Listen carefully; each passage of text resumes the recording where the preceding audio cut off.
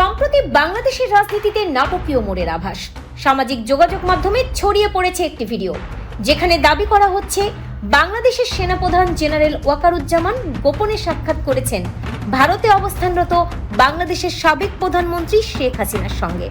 যমুনা লাইভের হাতে ইতিমধ্যে এসে পৌঁছিয়েছে প্রায় 2 মিনিট 27 সেকেন্ডের একটি ভিডিও। এখন এই ভিডিওটি সামাজিক যোগাযোগ মাধ্যমে রীতিমতো ভাইরাল।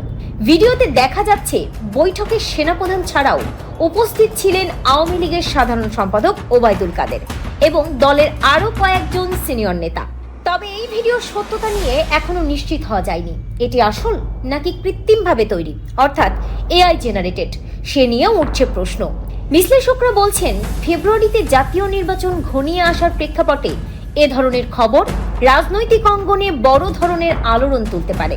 অনেকের প্রশ্ন, সেনাপ্রধান কি তবে বাংলাদেশের রাজনৈতিক পরিস্থিতির মোড় ঘোরাতে চলেছেন? নির্বাসিত শেখ হাসিনা কি আবারও ক্ষমতায় ফেরানোর ইঙ্গিত মিলছে? কি চাইছেন সেনাপ্রধান? যদি এই ভিডিওটা সত্যি হয়ে থাকে, তবে কি আবারও দেশে ফিরতে চলেছেন ফ্যাসিস্ট শেখ হাসিনা এবং তাকে সাহায্য করছে কি জেনারেল ওয়াকারুজ্জামান? এ নিয়ে সকলের মধ্যে চলছে জল্পনা কল্পনা।